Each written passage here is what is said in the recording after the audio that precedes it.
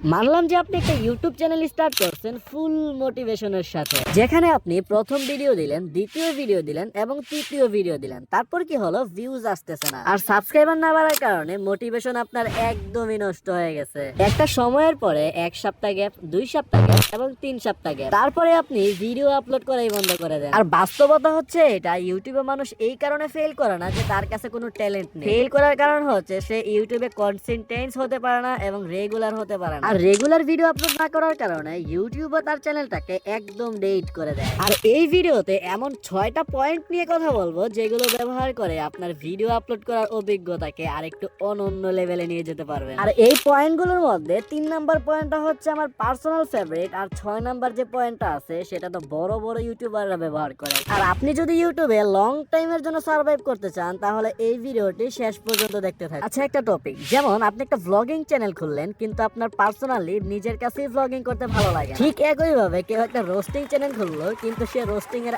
আরো পারে। এগুলি হচ্ছে মূলত রং নিশ। আপনি কোন টপিকে ভিডিও বানাবেন সেটাতেই আপনার ভুল। আর রং নিশ সিলেকশন করা ইউটিউবারদের এত বড় একটা ভুল, যেটার কারণে ইউটিউবারদের সাকসেস হওয়ার আগেই ফেল হয়ে যেতে হয়। আপনি এমন ভিডিও বানাচ্ছেন যেটা পার্সোনালি আপনার নিজের কাছেই পছন্দ না, এমনটা যদি হয়ে থাকে তাহলে আপনি ইউটিউবে দীর্ঘদিন যাবত সার্ভাইভ করতে পারবেন না। আর এটাও দেখতে হবে যে দীর্ঘদিন যাবত এই টপিকটার মধ্যে কি আসলে ভিউজ আসবে। কারণ হচ্ছে আপনি যখন ইউটিউবে আসবেন তখন একটা দীর্ঘ সময় যাবত সেম টপিকে কিন্তু ভিডিও বানাতে হবে, অর্থাৎ আপনার নিচটা ঠিক রাখতে হবে। আর প্রথম ভিউজ না আসলেও আপনার কন্টেন্ট ভালো হলে কিন্তু পরবর্তীতে অবশ্যই ভিউজ আসবে। সেকেন্ড নাম্বারে হচ্ছে অ্যাভয়েড মোটিভেশন।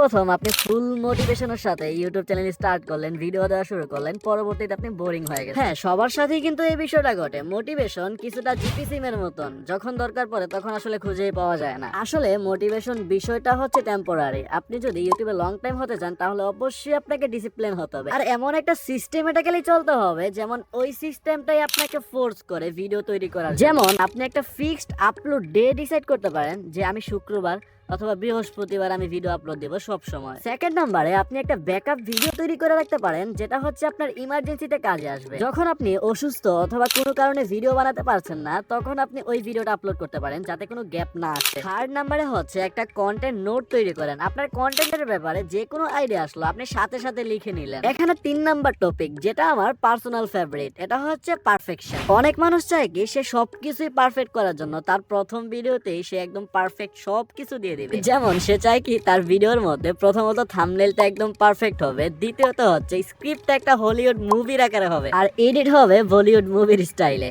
এই কারণে সে আর ভিডিওই আপলোড করতে পারে না। এখানে সত্য কথা হচ্ছে এটা, পারফেকশন হচ্ছে শুধুমাত্র একটা ইলিউশন। অভিজ্ঞতা ছাড়া কোনো কিছুই কখনো পারফেক্ট করা সম্ভব না। আপনি 1টা 2টা 3টা 4টা 5টা ভিডিও আপলোড করতে থাকবেন, আপনার কোয়ালিটি অবশ্যই ইমপ্রুভ হবে। আপনি যখন ভিডিও আপলোড করবেন তখন বুঝতে পারবেন যে না, আমার এই জায়গায় ভুল হইতেছে, এগুলো সংশোধন করা দরকার, এটা ঠিক করা দরকার, ওইটা ঠিক করতে হবে। আপনি যদি কোনো কিছু তৈরি না করেন আপনি শিখবেন কিভাবে, নতুন কোনো কিছু কিভাবে জানেন? সাধারণত মানুষ ভুল থেকে শিক্ষা গ্রহণ করে। আপনি ভুল করতে থাকবেন তখনই শিখতে পারবেন। আচ্ছা, এই ভিডিওর কমেন্ট বক্সে এইটা কমেন্ট করবেন যে এখন পর্যন্ত আপনারা কয়টা ভিডিও এডিট করছেন এবং কয়টা ভিডিও ইউটিউবে আপলোড করছেন। আর যখন আপনার মনে হবে আপনার ইউটিউব ভিডিওটি 70% ভালো মনে হচ্ছে আপনার নিজের কাছে, তখনই আপনি ভিডিও আপলোড করে দিবেন। ব্যাস, আপনার সাবস্ক্রাইবাররা কিন্তু আপনার থেকে একটা হলিউড লেভেলের এডিটিং আশা করে না, তারা আশা করে একটা কোয়ালিটিফুল কন্টেন্ট এবং একটা ভালো ভ্যালু প্রোভাইড করবেন আপনার কন্টেন্টের। তারপরে 4 নম্বরে যে টপিকটা আসে সেটা হচ্ছে ইমপ্রুভমেন্ট। আচ্ছা, এখানে ছোট একটা বিষয় চিন্তা করেন, মিস্টার বিস্ট যদি ভাবতো সে তার প্রথম ভিডিওটাকে পারফেক্ট করে তুলবে তাহলে কি সে এখন বিশ্বের নাম্বার 1 ইউটিউবার থাকতো? যেমন সে তার শুরুটা কিন্তু নরমাল ভিডিও দিয়ে করছে, গেমিং ভিডিও, এবং সে আস্তে আস্তে নিজেকে ইমপ্রুভ করছে।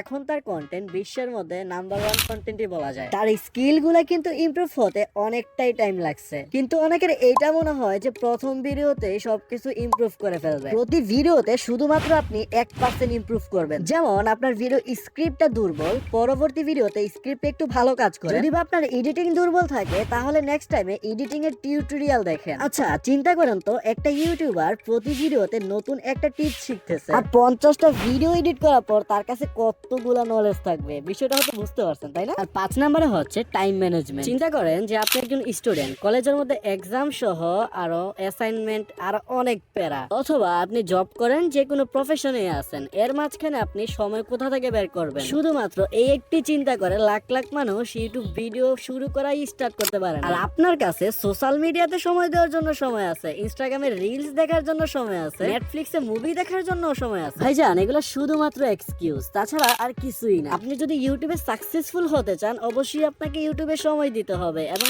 ভিডিও তৈরি করার ক্ষেত্রে অবশ্যই আপনাকে টাইম দিতে হবে। আপনার এই ইম্পর্টেন্ট টাইম থেকে সকালবেলা শুধুমাত্র 1 ঘন্টা সময় বের করেন আপনার ভিডিও স্ক্রিপ্টের জন্য আর ভিডিও শুটের জন্য, আর রাতের বেলা 1 থেকে 2 ঘন্টা সময় বের করবেন থাম্বনেল এডিট প্লাস ভিডিও এডিটের জন্য। আর এত কম সময় দিয়ে তো আপনি রেগুলার ভিডিও আপলোড দিতে পারবেন না। সেই ক্ষেত্রে কাজে আসবে আমাদের পয়েন্ট নাম্বার 6। আপনি যদি ইউটিউবে প্রতিটা ভিডিও একটা একটা করে বানাতে চান, তখন রেগুলার ভিডিও দেওয়া অনেকটা কষ্টসাধ্য হয়ে যাবে। প্রতিনিয়ত নতুন নতুন আইডিয়া জেনারেট করা, নতুন ভাবে স্ক্রিপ্ট লেখা এবং ভিডিও শুট নেওয়া অনেকটাই কষ্টসাধ্য কাজ। যে ইউটিউবাররা সময় কম পায়, তারা করে কি একদিনে কয়েকটা ভিডিও শুট নিয়ে নেয়। এটার অনেক বড় একটা বেনিফিট হচ্ছে, আপনি যদি কোনো কারণে ব্যস্ত হয়ে পড়েন, তখন জাস্ট এডিট করে ভিডিওগুলো আপলোড করতে পারবেন। আর আপনি যদি কোনো কারণে ভিডিও বানাতে একটু আলসেমি ফিল করেন, তখন জাস্ট এই ভিডিওটা দেখবেন, শুধু একবার না 2বার 3বার দেখেন, কোনো প্যারা নাই। আমি মেক শিওর এটা বলতে পারি, শেষ পর্যন্ত যেহেতু আপনি ভিডিওটা দেখলেন, তার মানে আপনার ভালো একটা এনার্জি বুস্ট করবে শুধুমাত্র এই ভিডিওটার মাধ্যমে। সব থেকে বড় মিস্টেক হচ্ছে ক্যামেরার সামনে ঠিকভাবে কথা না বলতে পারা।